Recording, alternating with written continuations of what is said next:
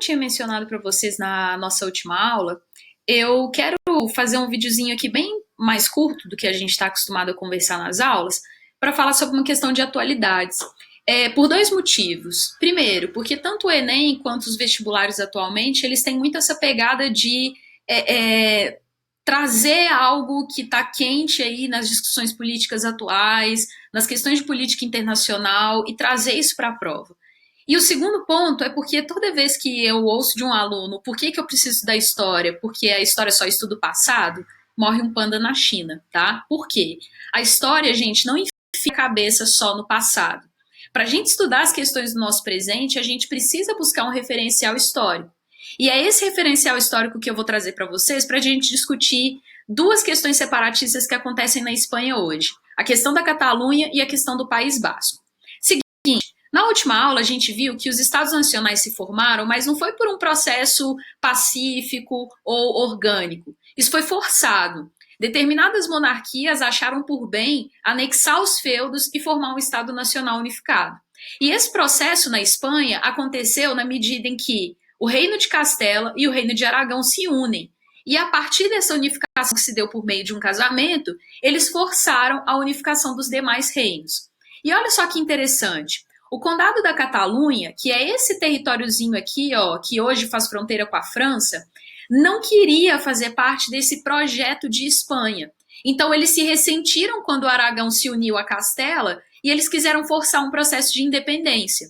Isso se arrastou durante vários séculos na Espanha, até que em 1714 os catalães perdem essa guerra e são forçados a se unificar ao território espanhol.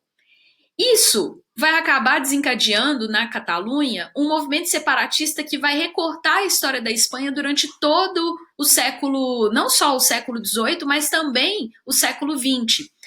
A região da Catalunha nunca aceitou, de fato, fazer parte da Espanha.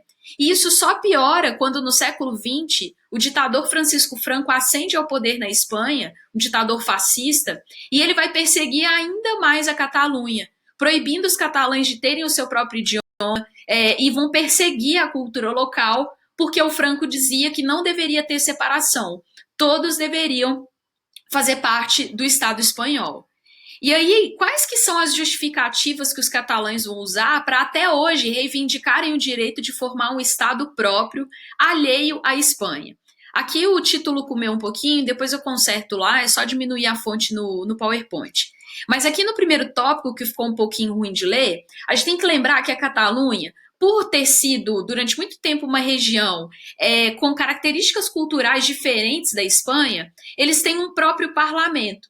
Isso significa que o governo de Madrid, que é a capital da Espanha, permitiu ao longo da história que a Catalunha formasse um próprio parlamento para tomar suas próprias decisões políticas. Além disso, a Catalunha também tem um idioma próprio, que é o catalão. Para quem tiver curiosidade de saber o que é o catalão, tem uma série na Netflix que se chama Merli, e é uma série que se passa em Barcelona.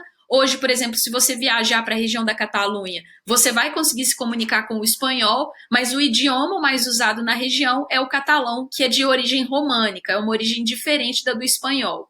Os catalães possuem um sistema de saúde, de educação, polícia diferentes do restante da Espanha, e eles dizem que por serem a região mais rica, eles pagam pesados impostos para Madrid e eles gostariam então de conquistar essa independência para formar um estado diferenciado.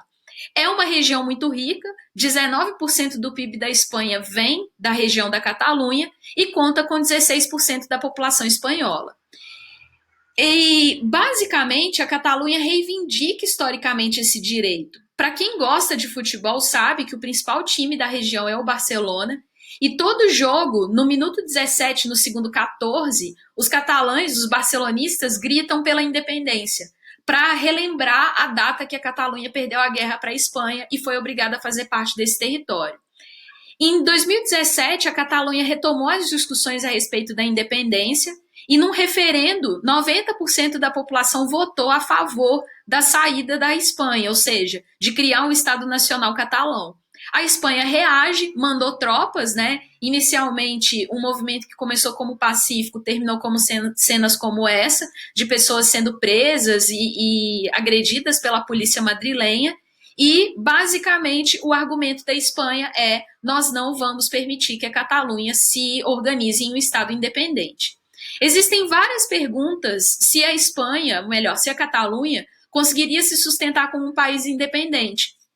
Porque por mais que a gente esteja falando de uma região muito rica, a Catalunha ela precisaria formar um Estado nacional e isso gasta muito dinheiro.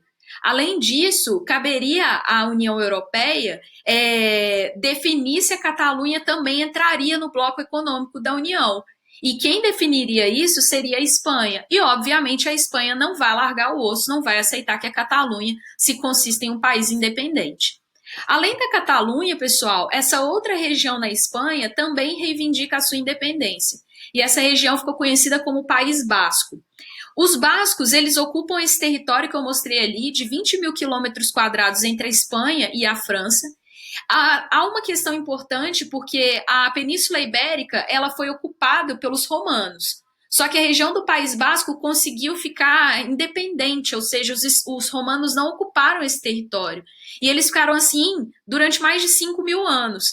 E eles só vão fazer parte da Espanha no século XV também por um processo que foi forçado lá, como eu falei para vocês na última aula, da união de Castela e Aragão. E assim como a Catalunha, o País Basco também vai sofrer perseguição da ditadura franquista, que vai tentar acabar com a autonomia na região. No caso do País Basco, já teve uma organização chamada ETA, que foi definido como uma organização terrorista pela Espanha e pelos outros países da Europa, e esse grupo reivindicava a independência do País Basco. Eles vão dizer que, assim como a Catalunha, o País Basco também tem a sua própria cultura, a sua própria organização política, e eles não querem fazer mais parte da Espanha. Esse grupo não existe mais. Desde 2018 eles anunciaram, né, o fim do ETA, então aqui eu coloquei uma linha do tempo para mostrar para vocês que progressivamente esse grupo se desarticulou e basicamente hoje a questão do País Basco está um pouco adormecida. Por que eu trouxe essa aula para vocês, pessoal? Para a gente refletir sobre algumas questões, entre elas que o processo de formação dos Estados Nacionais Unificados não foi pacífico, foi um processo imposto pela formação de dois grandes reinos, no caso da Espanha, Aragão e Castela, que forçaram essa unificação. E é muito interessante a gente colocar isso à luz do presente. Toda vez que você ligar a TV ou assistir uma partida de futebol e não entender exatamente por que jogadores como o Piquet se colocam, né, a favor da causa catalã, é na história que a gente tem que buscar essas raízes. Então, muita atenção, porque a questão de separatismo da Catalunha e do País Basco podem ser temas quentes para as provas desse ano. Beleza? Espero que tenha sido esclarecedor. Eu, inclusive, indico para vocês assistirem ao vídeo do canal Nerdologia. Eu vou colocar na descrição desse vídeo, que é bem legal, que pega esse contexto histórico e aprofunda mais do que esse vídeo, e aí vocês podem usar como complemento para essa aula, beleza? Um beijo para vocês e bons estudos.